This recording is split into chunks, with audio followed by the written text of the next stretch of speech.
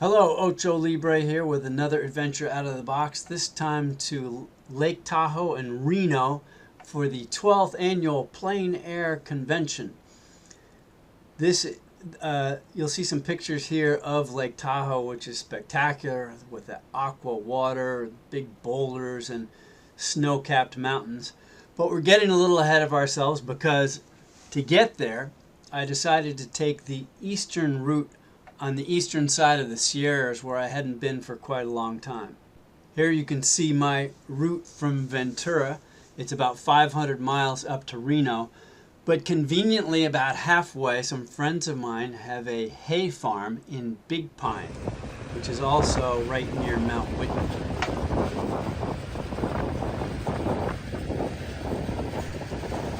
I don't know about you, but I never really thought much about hay farms, how it's produced.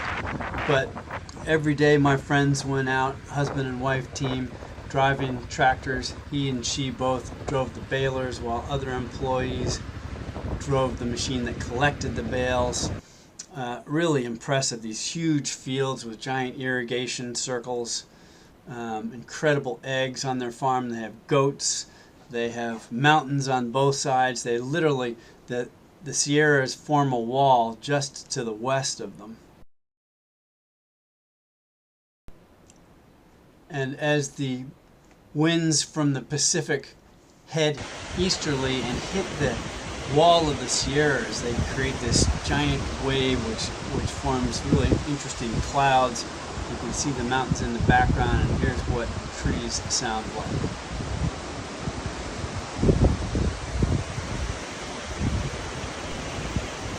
I could have just stayed here and painted all week. There's so much to see. It's so beautiful. I was inspired to do this painting here. I believe it's a cottonwood, these big giant trees. This is looking from Mount Whitney at about 8,000 feet down to the Owens River Valley at 4,000 feet below, which is infamous because in the early 1900s, basically Los Angeles, or the Department of Water and Power in Los Angeles, LADWP, bought all the land and all the water rights in this entire area and diverted all the water through aqueducts down to Los Angeles.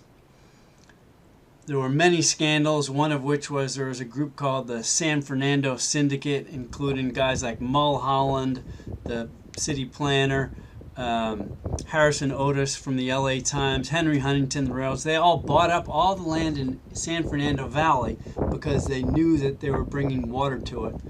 So not only were they unscrupulous in their dealings in the Owens River Valley, putting all the farmers out of business forever, but they also were unscrupulous in Los Angeles. And furthermore, there was a series of reservoirs that had to be created for this. One of them was dammed by the infamous St. Francis Dam, or Francisquito, just east of Santa Clarita near here. And I think it was 2 years after it was built, the thing had a massive, complete collapse. Over 400 people died. The water came down the Santa Clara River, which comes right through Ventura, where I live. And it is said that they found people got washed all the way to the ocean, which was, 50 miles away. And people were found all the way down on the border of Mexico from this event. Here you can see a map of the aqueduct, which originally started here at Owens Lake and went down to LA. Obviously a massive public works feat of engineering, which enabled Los Angeles to exist, really. And this last picture is a shot of the St. Francis Dam. There were actually 2 columns like that and only one left standing. For episode 2, we'll go to Mount Whitney, the tallest mountain at 14,500 feet in the lower 48, as they say, and then up to the ghost mining town of Bodie. See you there. Thanks a lot.